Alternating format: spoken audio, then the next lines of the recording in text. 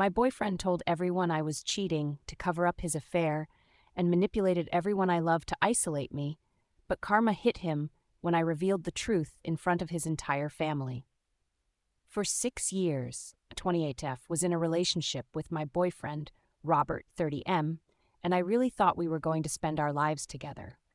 We met through mutual friends after college and quickly hit it off. I was drawn to his confidence and his way with people. Everyone loved Robert. He was the life of the party, always surrounded by friends and so charismatic. Little did I know that his social charm would ultimately become the weapon that almost destroyed me. Our relationship was great for the first 4 years. We moved in together, talked about marriage, and even started saving for a house. Robert had a good job in marketing, and I worked as a graphic designer for a local company. We had the same friend group and had built what I thought was a solid foundation. My parents live abroad, so our friend circle became my true support system in the States. The first sign that something was off started about 1.5 years ago. Robert began working late more often, claiming big projects and client meetings. At first, I didn't think much of it. We were both ambitious and understood work commitments. But then I noticed other small changes. He became protective of his phone, would take calls in another room, and was vague about his whereabouts. One night, I was working late at home on a deadline when Robert's laptop chimed with a message. I usually wouldn't look, but the preview caught my eye. A message from someone named Melissa that read, "Can't wait to see you tomorrow. Last time was amazing." My stomach dropped. Robert was in the shower, so I clicked on the message. What followed was a series of texts that made it clear they had been seeing each other for months. I confronted Robert as soon as he got out of the shower, showing him the messages. What happened next still haunts me. Instead of admitting what he'd done, Robert flew into a rage, accusing me of invading his privacy and being crazy jealous. He claimed Melissa was a work colleague and I was misinterpreting professional messages. "You're always like this, Julie," he said. "This is why I can't even have female colleagues without you freaking out." I was stunned. I'd never been the jealous type, and Robert knew it. But he was so convincing, so hurt by my accusation, that I actually ended up apologizing to him. That was the first time he successfully gaslit me, but it wouldn't be the last. The following weeks, Robert's behavior became increasingly erratic. He'd come home late smelling like perfume, then claim it was from hugging a female coworker goodbye. He'd have lipstick on his collar and say it must have happened when he was walking through a crowded bar. The excuses were ridiculous, but he delivered them with such conviction that I started doubting myself. When I'd bring up my concerns, he'd turn things around on me. "Maybe you're projecting. Is there something you want to tell me?" It was maddening, but somehow he always made me feel like I was the one who was wrong. Then came the masterstroke of his manipulation. About 3 months after I found those messages, I was at a friend's birthday party without Robert. He claimed he had to work late again. Our mutual friend Sarah pulled me aside with a concerned look on her face. "Julie, I need to talk to you about something," she said. "Robert came to me really upset last week. He thinks you might be cheating on him." I nearly spit out my drink. "What? That's ridiculous. Why would he think that?" Sarah looked uncomfortable. "He said you've been acting strange, staying late at work, being secretive with your phone." "He's really hurt, Julie. He showed us text messages he found on your phone with someone named Chris. Chris was my cousin who had recently divorced and needed someone to talk to. The texts were completely innocent, but Robert had shown them to our friends out of context. I was floored. "Sarah, that's absolutely not true. Chris is my cousin. He lives in Chicago and was going through a rough divorce. Robert knows that. He's met Chris when he visited last summer." Sarah looked doubtful. "That's not what Robert said. He told us Chris was a guy from your office you've been seeing behind his back." I immediately called Robert, furious that he would spread such blatant lies about me. "Why are you telling people I'm cheating on you with my cousin? You know Chris is family." Robert's voice was calm, almost patronizing. "Julie, I never said it was your cousin. I'm talking about the other Chris, the one from your office who's always texting you."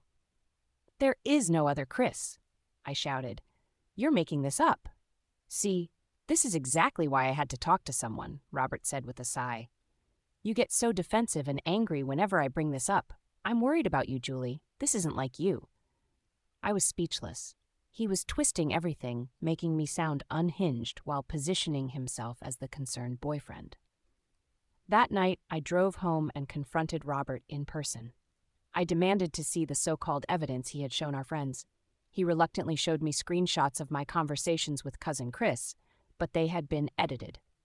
Entire portions of the conversation were missing, making innocent mentions of getting together for coffee look like secretive meetups.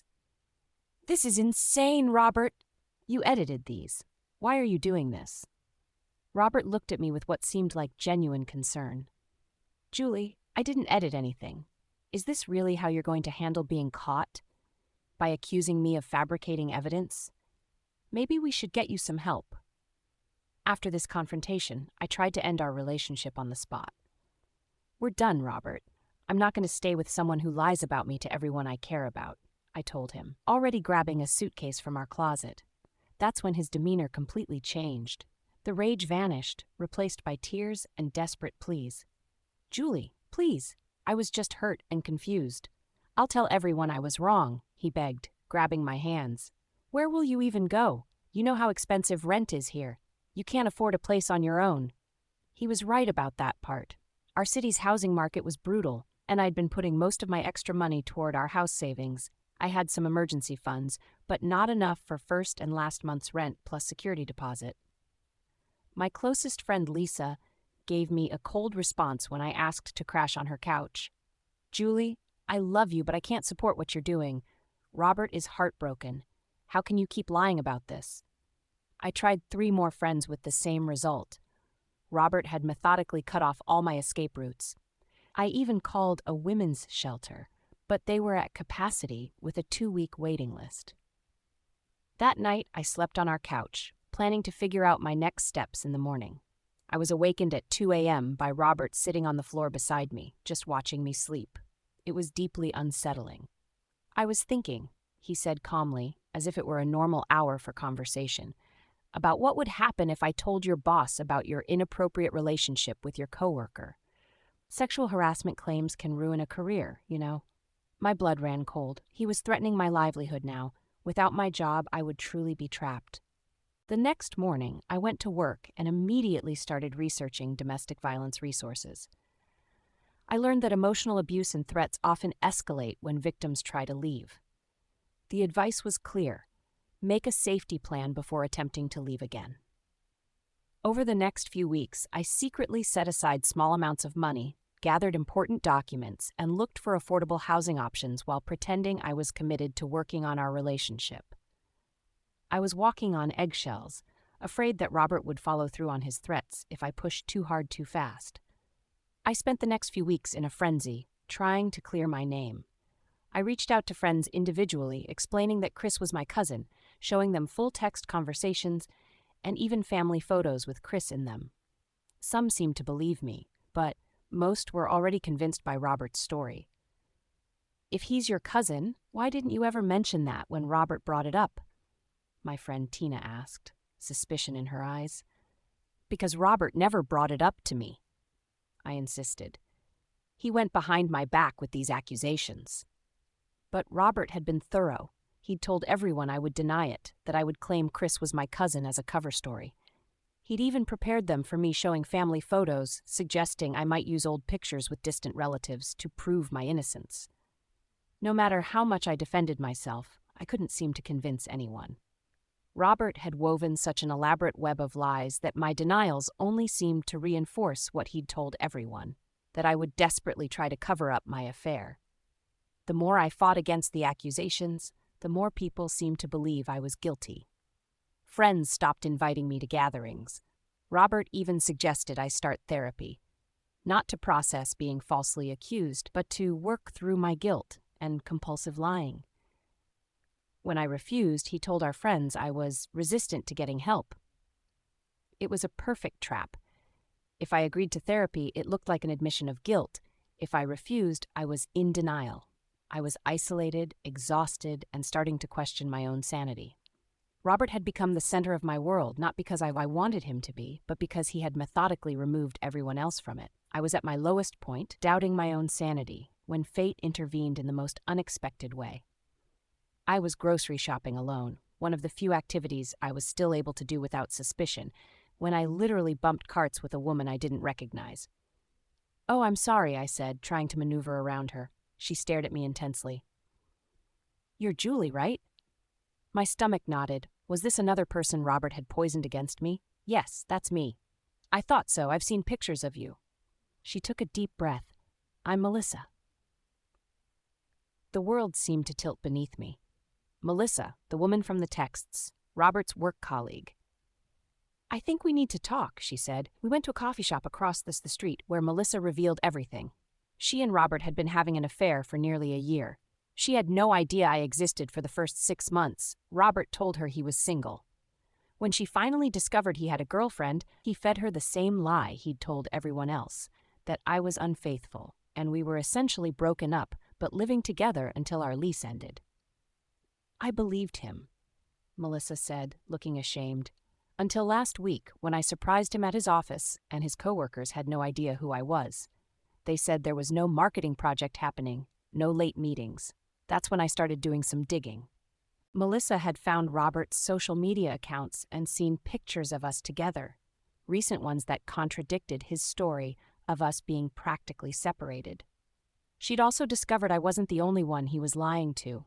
There were at least 2 other women he was seeing simultaneously. "I'm so sorry," she said, tears in her eyes. "I had no idea what he was doing to you. When I confronted him, he told me you were crazy and obsessive and I shouldn't believe anything you say. But something felt wrong, so I looked for you."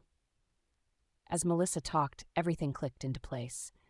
The late nights, the strange calls, the gaslighting, it was all to cover his multiple affairs while making me look like the villain. It was so calculated, so cruel, that it took my breath away. That night, I didn't confront Robert immediately. Instead, I started gathering evidence. Melissa helped, introducing me to the other women he'd been seeing. We compared timelines, text messages, and stories. The picture that emerged was of a calculated manipulator who had been playing all of us. I also reached out to a therapist who specialized in emotional abuse. She helped me see that what Robert had done was textbook gaslighting and isolation, common tactics of psychological abusers. With her support, I developed a plan. Robert's family was planning a big 4th of July barbecue at his parents' lake house. Everyone would be there. His parents, siblings, extended family, and many of our mutual friends. Robert had been telling me I wasn't welcome because everyone knows what you did. But with my new clarity, I decided this was the perfect opportunity for the truth to come out. I coordinated with Melissa and the other women. We gathered all our evidence, text messages, photos, hotel receipts, everything that proved Robert's deception. I also reached out to my cousin Chris, who was furious when he learned how Robert had weaponized our innocent relationship. On July 4th, I showed up at the lake house. The looks on people's faces when I walked in, shock, discomfort, disapproval, still hurt, but I was past caring about their judgment. Robert nearly choked on his drink when he saw me. "Julie, what are you doing here?" he hissed, grabbing my arm and trying to pull me aside. "You need to leave. You're embarrassing yourself." I pulled away from him. "Actually, Robert, I think it's time everyone heard the truth." Before he could stop me, I addressed the room. "I know most of you believe I cheated on Robert. I know he's told you all what a terrible girlfriend I've been, but I'd like to introduce you to some people who might have a different perspective." On cue, Melissa and the 2 other women, Danielle and Rebecca, walked in. The look on Robert's face was priceless, pure panic. "This is Melissa," I said. "Robert's been seeing her for about a year, and this is Danielle, who he met 6 months ago, and Rebecca, who he's been dating for about 3 months. None of us knew about each other until recently." The room went completely silent. Robert's mother gasped. His father stood up, looking bewildered. Robert tried to recover. "Julie, this is insane. These are work colleagues. This is exactly the kind of delusional behavior I've been telling everyone about." But we were prepared. Melissa stepped forward, phone in hand. "I have hundreds of text messages from Robert, pictures of us together, hotel receipts. Should I read some of them out loud?" Danielle joined her. Me too. And I have the love letter he wrote me last month, explaining why he couldn't leave his crazy ex yet but was planning to soon. Robert's face went from red to white. He looked around the room, realizing he was cornered. In a last desperate attempt, he pointed at me. She put them up to this. She's obsessed with me. That's when my cousin Chris stepped forward. He'd been waiting outside and had entered quietly during the confrontation. Robert, stop. I've known Julie her entire life. You told everyone she was cheating with me, her own cousin, when all she was doing was helping me through my divorce. You knew exactly who I was. Robert's mother burst into tears. His father looked like he wanted to sink through the floor. Our friends were staring at Robert with horror and disgust. The perfect, charming guy they all loved was unraveling before their eyes. What followed was the most cathartic half hour of my life. Together, the four of us women laid out the entire timeline of Robert's deception. We showed evidence of how he had systematically lied to all of us while destroying my reputation. Chris explained how Robert had doctored their text messages to make innocent conversations look incriminating. By the end, there wasn't a person in that room who still believed Robert's lies. One by one, people started approaching me, apologizing for believing him. My best friend Lisa was sobbing, repeating, "I'm so sorry," over and over. Even Robert's mother came to me, her face streaked with tears, and hugged me tightly. As for Robert, he did what cowards do when exposed. He ran. Halfway through our presentation, he slipped out the back door and drove away.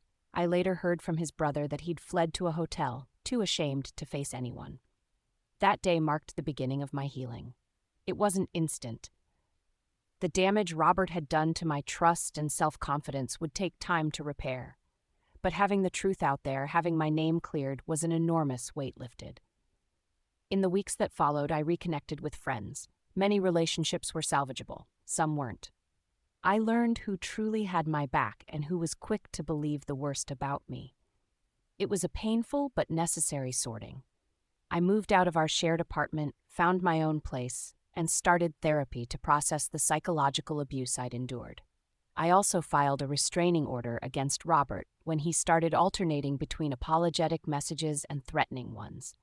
It's been 8 months since that 4th of July revelation. I've heard through mutual friends that Robert's reputation is in tatters. He lost his job when it came out. He'd been lying about work projects to cover his affairs. Most of our social circle wants nothing to do with him. His family is deeply disappointed, though they're trying to get him into therapy. As for me, I'm slowly rebuilding.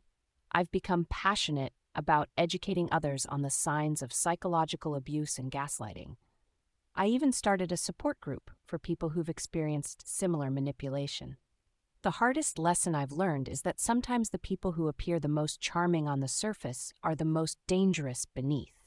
Robert's social skills, which I once admired, were actually the tools he used to manipulate everyone around him. I also learned the power of truth. No matter how convincing a lie might be, the truth has a way of eventually coming to light. And when it does, it can set you free in ways you never imagined. If you're reading this and feel like you might be experiencing similar manipulation, please know you're not alone, and you're not crazy. Trust your instincts. Seek help. Document everything. And remember that no one, not even someone you love, has the right to distort your reality.